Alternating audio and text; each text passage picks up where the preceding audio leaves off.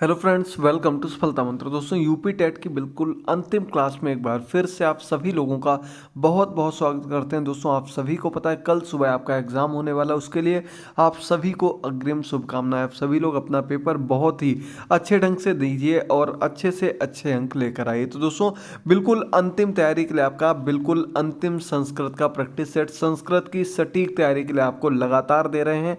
आगे भी इसी तरीके के क्वेश्चंस और प्रैक्टिस सेट आपको सुपर टेट की क्लासेस में भी देखने को मिलेंगे। तो दोस्तों, ये आपकी लगातार तैयारी का सेट है, अंतिम सेट है। जरूर आज रात में ही सभी लोग देख लीजिएगा और समझकर आंसर कर लीजिएगा। निश्चित तौर पर आपको यहाँ से क्वेश्चंस देखने को मिलेंगे। पहला क्वेश्चन आपके सामने आ चुका है दोस्तों, देखिएगा। भट्टोजी दीक्षित के शिष्य का क्या नाम था? तो दोस्तों, भट्टोजी दीक्षित जो थे ये आपके संस्कृत के बहुत बड़े प्रकांड विद्वान माने जाते थे और इनके शिष्य का नाम था दोस्तों, यहाँ पर आपके सामने ऑप्शंस दिए गए हैं और उसमें डी नंबर ऑप्शन भरद्वाज का नाम आप लोगों ने सुना होगा। ये इनके शिष्य का नाम था। बचपन में मूर्ख माने जाने वाले इनके शिष्य, जो कि बड़े होकर बहुत ही बड़े ग्रंथ इनके द्वारा लिखे गए। अब इनके ग्रंथों की बात कर लेते हैं यहाँ पर दोस्तों।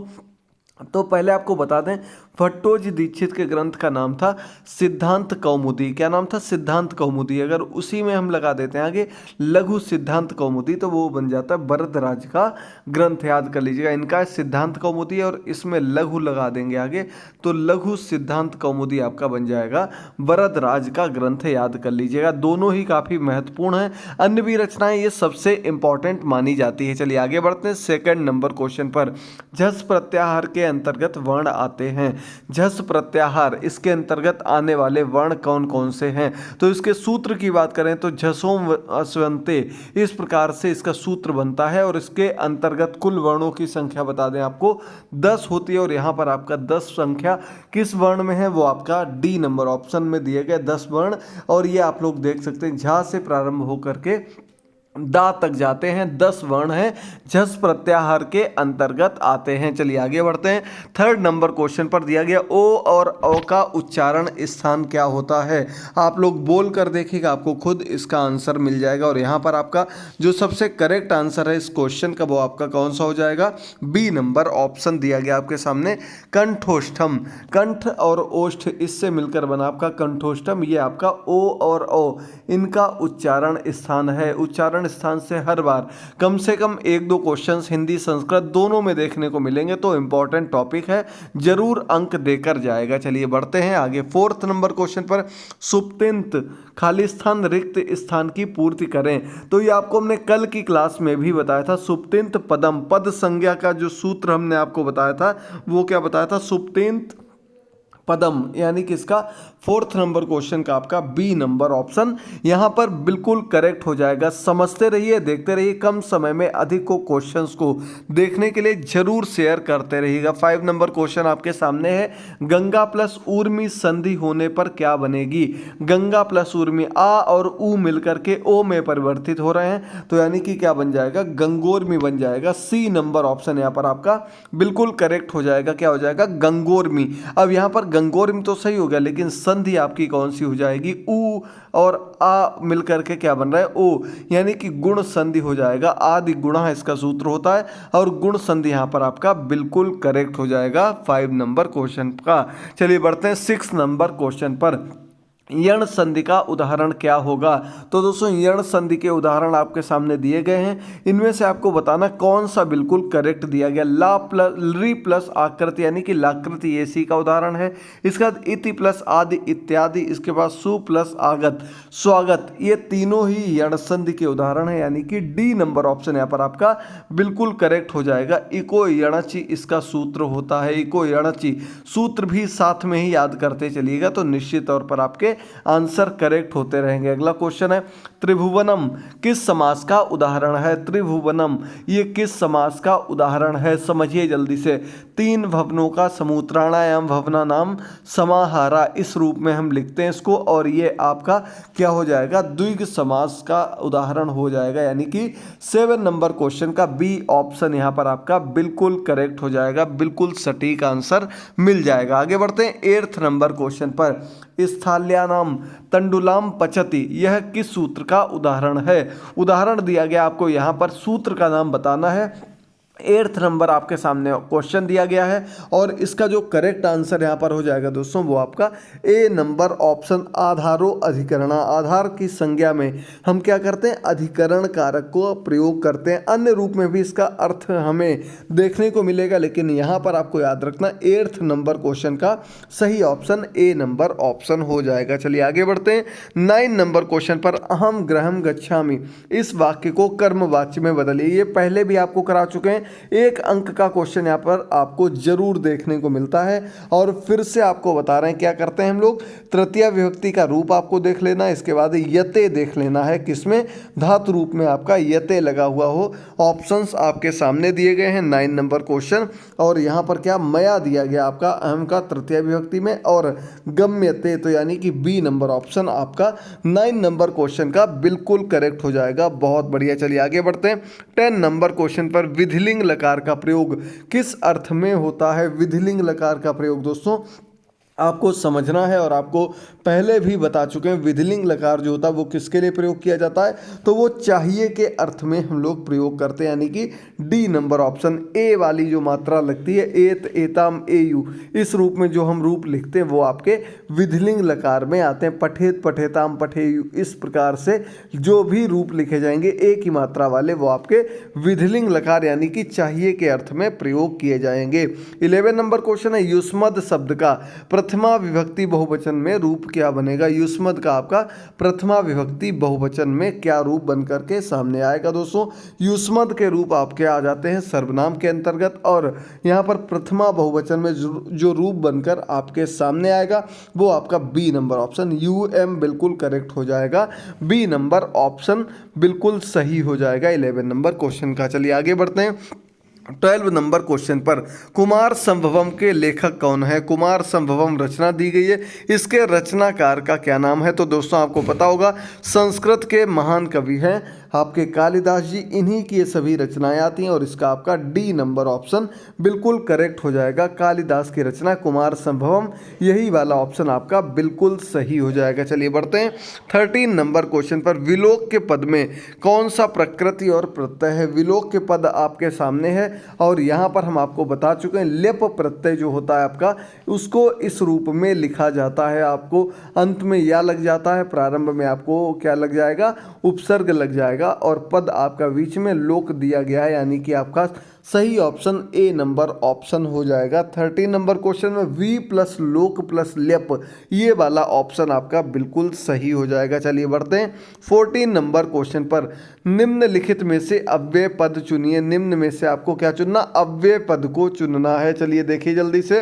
अव्यय पद हमने आपको बताया था जिस पर लिंग वचन का कोई प्रभाव नहीं पड़ता है, तो यहाँ पर आपको देखना है कौन सा आपका अव्यय पद दिया गया है। ये हमने आपको शब्दार्थ के अंतर्गत रिवीजन की, जो हमारी महा रिवीजन की क्लास थी उसके अंतर्गत बहुत ही अच्छे से चीज़ें आपको बताई थी।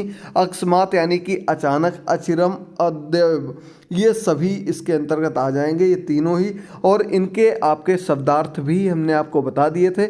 उस क्लास को जरूर देख लीजिएगा, एक बार रिवाइज जरूर कर लीजिएगा वहाँ से। बढ़ते हैं 15 नंबर क्वेश्चन पर, छह को संस्कृत में क्या कहते हैं। अब सभी लोग सोचेंगे बहुत इजी क्वेश्चन है, लेकिन जब ऑप्शंस आपको इस तरीके के दिए हों तो निश्चित तौर पर कन्फ्यूज़न आपको क्रिएट हो जाएगा, और यहाँ पर आपका जो सबसे सही हो जाएगा वो आपका 15 नंबर क्वेश्चन का ए ऑप्शन सट, जो आपका टा हलंत वाला आ जाएगा वो बिल्कुल सही हो जाएगा। याद करते रहिए और एक एक चीज़ को समझते रहिए। 15 नंबर क्वेश्चन का ए ऑप्शन बिल्कुल करेक्ट हो जाएगा। चलिए आगे बढ़ते हैं 16 नंबर क्वेश्चन पर क्या दिएगा, पठ धातु का लोट लकार का रूप। अब हमने आपको विधिलिंग के रूप बता दिए हैं, निश्चित तौर पर आप लोट लकार के रूप में आपको कोई दिक्कत नहीं होगी। विधिलिंग में एत लग जाता है तो इसमें ऊ की मात्रा वाले रूप होंगे, लेकिन मध्यम पुरुष में पूछे गए, यानी कि पठतु पठताम पठन्तु पठ पठतम पठत, यानी कि पठतम, ताम नहीं है, ताम आपका प्रथमा में आता है। द्वितीय की बात यहाँ पर, यानी कि मध्यम पुरुष की बात यहाँ पर की गई, वो आपका प्रथम पुरुष में आता है,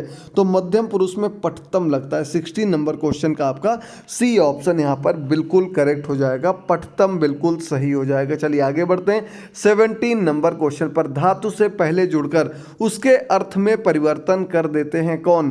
पहले जुड़कर, जो शब्द पहले जुड़ते हैं उनको हम क्या कहते हैं, समझकर, क्वेश्चन को समय दीजिएगा, समझ कर आंसर करिएगा। उपसर्ग बिल्कुल सही हो जाएगा, बी नंबर ऑप्शन। पहले जोड़े जाते हैं उपसर्ग कहते हैं, जो अंत में जोड़े जाते हैं, धातु या क्रियापद या फिर संज्ञा सर्वनाम किसी के भी अंत या प्रारंभ में जोड़कर उसमें परिवर्तन कर देते हैं, वो आपके प्रत्यय कहलाते हैं। और प्रारंभ में जोड़ दिए जाते हैं, उन्हें हम क्या कहते हैं? उपसर्ग कहते हैं। चलिए आगे बढ़ते हैं। 18 नंबर क्वेश्चन, बालकः अद्य पठन गच्छति, बालक आज पढ़ने गया है।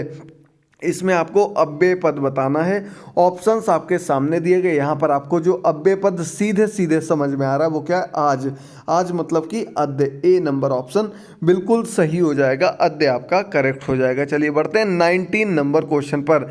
60 को संस्कृत में क्या कहते हैं? 60 को संस्कृत में क्या कहते हैं? तो यहाँ पर आपका सभी ऑप्शंस में से जो सबसे करेक्ट दिया गया है वो आपका बी नंबर ऑप्शन, षष्ठी जो दिया गया है ये इस रूप में आपका बिल्कुल सही हो जाएगा। बाकी ऑप्शंस में देखिए, षड्विंशति किसको कहते हैं? 60 यानी कि 6, विंशति यानी कि 20 यानी कि 26 हो गया। यहाँ पर 60 सती, ये आपका क्या हो गया? सत जो कहते हैं किसको कहते हैं? वो आपका 100 को कहते हैं। 60 यानी कि ये भी इससे अलग हो गया, 106 माना जाएगा इसको।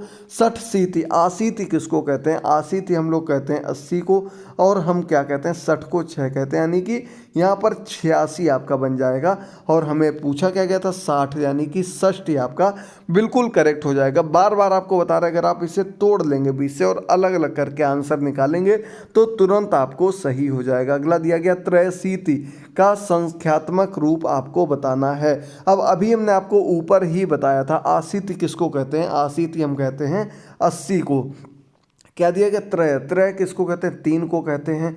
3 + 80 यानी कि 83, 83 कहीं दिया गया है? सी नंबर ऑप्शन में आपको 83 दिख रहा है, वही आपका बिल्कुल करेक्ट हो जाएगा, बिल्कुल सही हो जाएगा। चलिए आगे बढ़ते हैं। अगले क्वेश्चन पर दिया गया, जिह्वामूलीय वर्णों का उच्चारण स्थान क्या होता है?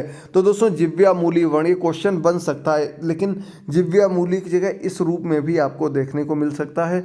ये आपका जिह्वामूली का, खा, इस रूप में लिखते हैं हम लोग, और इनका उच्चारण स्थान क्या होता है? जिह्वामूल ही होता है। सी नंबर ऑप्शन यहाँ पर आपका बिल्कुल करेक्ट हो जाएगा, बिल्कुल सही हो जाएगा। चलिए बढ़ते हैं आगे 22 नंबर क्वेश्चन पर। अच प्रत्याहार के अंतर्गत नहीं आता है। अच प्रत्याहार इनमें से कौन सा नहीं आता? बहुत बार आपको बता चुके हैं, जितने भी स्वर होते हैं वे सब किस में आते हैं? अच प्रत्याहार में आते हैं। इनमें कौन सा ऐसा जो स्वर नहीं है? वो आपका बी नंबर ऑप्शन है। रा जो दिया गया ये आपका वर्ग का पंचम वर्ण है और स्पर्श व्यंजन में आता है। नासिक की ध्वनि है इसकी, लेकिन अच प्रत्याहार के अंतर्गत नहीं आता। बाकी ए, ऋ, ओ ये सब आपके अच प्रत्याहार में आते हैं, याद कर लीजिएगा। चलिए बढ़ते हैं अगले क्वेश्चन पर। अंतस्थ अथवा अर्ध स्वर के अंतर्गत नहीं आता है। अंतस्थ व्यंजन आपको बताए थे, इनकी संख्या कितनी? 4 बताई थी। इन्हें अर्ध स्वर के रूप में भी हम जानते हैं, यानी कि या, रा, ला, वा, ये चारों आपके अंतस्थ व्यंजन कहलाते हैं। लेकिन यहाँ पर आपका शा जो दिया गया है ये आपका कैसा है? ये ऊष्म व्यंजन के अंतर्गत आता है, यानी ए नंबर ऑप्शन हम यहाँ पर आपका बिल्कुल अलग कर देंगे, बाकी तीनों सेम हो जाएंगे। 23 नंबर क्वेश्चन का ए ऑप्शन सही हो जाएगा। चलिए बढ़ते हैं 24 नंबर क्वेश्चन पर। सुकनास किसका मंत्री था? तो दोस्तों सुकनासोपदेश में ये घटनाएं दी गई हैं। इसके अलावा अन्य रचनाओं में भी देखने को मिलते हैं, चंद्रापीड़, तारापीड़। तो ये सुकनास जो थे ये विद्वान मंत्री के रूप में जाने जाते हैं और ये तारापीड़ के मंत्री थे। सी नंबर ऑप्शन सही हो जाएगा। इसके अलावा चंद्रापीड़ को इन्होंने लक्ष्मी जी की रचनाओं के बारे में, उनके बारे में कहानियां वर्णित की थी। तारापीड़ के मंत्री थे। सी नंबर ऑप्शन बिल्कुल सही हो जाएगा। बढ़ते हैं 25 नंबर क्वेश्चन पर। किस राजा ने नंदिनी की सेवा की थी? नंदिनी गाय की सेवा किसने की थी? 25 नंबर क्वेश्चन है और इसका आपका सही ऑप्शन बी नंबर ऑप्शन, राजा दिलीप जो थे, रघुवंशम के अंतर्गत बताया गया। बी नंबर ऑप्शन यहाँ पर आपका बिल्कुल करेक्ट हो जाएगा। बढ़ते हैं आगे 26 नंबर क्वेश्चन पर। हारीत किसका पुत्र था? लौकिक साहित्य से क्वेश्चन निश्चित तौर पर 3-4 देखने को मिलते हैं। 26 नंबर क्वेश्चन है और इसका ए नंबर ऑप्शन, जाबाली का पुत्र था कौन? हारीत। यहाँ पर ए नंबर ऑप्शन बिल्कुल सही हो जाएगा। बढ़ते हैं अगले क्वेश्चन पर। अगला क्वेश्चन क्या दिया गया यहाँ पर? 27 नंबर क्वेश्चन, शकुनी शब्द का क्या अर्थ है? शकुनी किसको कहा जाता है? तो दोस्तों आपका इस क्वेश्चन का करेक्ट ऑप्शन हो जाएगा B number option. B number option यानी कि पक्षी को हम क्या कहते हैं? शकुनी कहते हैं। और बी नंबर ऑप्शन बिल्कुल सही दिया गया। आप लोग एक एक क्वेश्चन को समझिएगा, अंतिम समय है बिल्कुल, तो जितना समझ लेंगे उतना कम समय में उतना ही आपके लिए यूजफुल बना रहेगा। तो निश्चित तौर पर इस क्लास को देखिएगा। बाकी समय बचता है तो रिवीजन की क्लासेस को एक बार जरूर देख लीजिएगा। पूरा आपका सभी सब्जेक्ट का सटीक रिवीजन वहां पर देखने को मिलेगा। 28 नंबर क्वेश्चन है, प्रदोषः शब्द का विलोम क्या होगा? प्रदोष शब्द दिया गया है और इसका विलोम होता है प्रत्युष, यानी कि डी नंबर ऑप्शन बिल्कुल करेक्ट हो जाएगा। प्रत्युष आपका प्रदोष का विलोम शब्द होता है। 29 नंबर क्वेश्चन दिया गया है, कक्षा में शिक्षण सामग्री के अंतर्गत नहीं गिना जा सकता। शिक्षण सामग्री टीचिंग मटेरियल जो होता है वो आपको पता है क्या क्या आता है इसके अंदर? श्यामपट्ट, चौक, चार्ट, डस्टर, चार्ट, इसके अलावा जो आपके अन्य चीज़ें होती हैं जिनसे हम पढ़ाई में मदद लेते हैं। लेकिन यहाँ पर आपका जो दंड दिया गया वो आपका इससे संबंधित नहीं होता है। सी नंबर ऑप्शन पूरे ग्रुप में सबसे अलग हो जाएगा। साथ ही साथ दोस्तों आपको बताते चलें कि आप लोग सुपर टेट की भी बिल्कुल सटीक तैयारी बिल्कुल फ्री में हमारे साथ जुड़ करके कर सकते हैं। तो चैनल को सब्सक्राइब किए रहिएगा। डेली आपको क्लासेस मिलेंगी। बहुत ही जल्द आपको लाइव क्लास भी स्टार्ट करने वाले हैं, चूँकि सुपर टेट एग्जाम आपका हो सकता है। तो निश्चित तौर पर आपको अपनी तैयारी बंद नहीं करनी है, लगातार तैयारी में लगे रहना है। बिल्कुल सटीक 100% तैयारी आपको डेली देखने को मिलेगी। बस आप लोग सपोर्ट करते रहिएगा, क्लासेस को देखते रहिएगा। इसके अलावा सीटेट की तैयारी जो लोग कर रहे हैं उनको भी अंतिम समय में रिवीजन की क्लासेस देखने को मिलेंगी, सटीक तैयारी देखने को मिलेगी। तो मिलते हैं अगली क्लास में। इसके अलावा अंतिम क्वेश्चन आपके सामने आ चुका है, शिक्षण में सहायक दृश्य सामग्री में के अंतर्गत क्या आता? दृश्य सामग्री जिसे हम आंखों से देख सकते हैं, ऐसी सामग्री इनमें से क्या दी गई है? 30 नंबर क्वेश्चन देखिए जल्दी से और आंसर करिए कौन सा ऑप्शन आपका यहाँ पर बिल्कुल करेक्ट हो जाएगा। यहाँ थोड़ा सा कंफ्यूजन है क्वेश्चन में, नहीं लग जाएगा कौन सा दृश्य सामग्री नहीं है। तो श्यामपट्ट, चित्र, चार्ट, ये तीनों आपकी क्या है? दृश्य सामग्री है। लेकिन रेडियो आपकी श्रव्य सामग्री के अंतर्गत आती है। ये क्या है? श्रव्य, जिसे हम सुन सकते हैं वो ये है, यानी कि यहाँ पर नहीं लगा होना चाहिए। तो आपका बिल्कुल करेक्ट डी नंबर ऑप्शन हो जाएगा। पूरी क्लास आपको क्लियर हो गई होगी, समझ में आई होगी। कमेंट करके बताइएगा कैसी आपकी तैयारी है। ऑल द बेस्ट सभी लोगों को, बहुत बहुत शुभकामनाएं। मिलते हैं कल एग्जाम के बाद। आपके पेपर का एक आंसर की मिलेगी, एक ओवरव्यू देंगे, तो उसको जरूर देखिएगा। थैंक यू दोस्तों, गुड बाय, टेक केयर।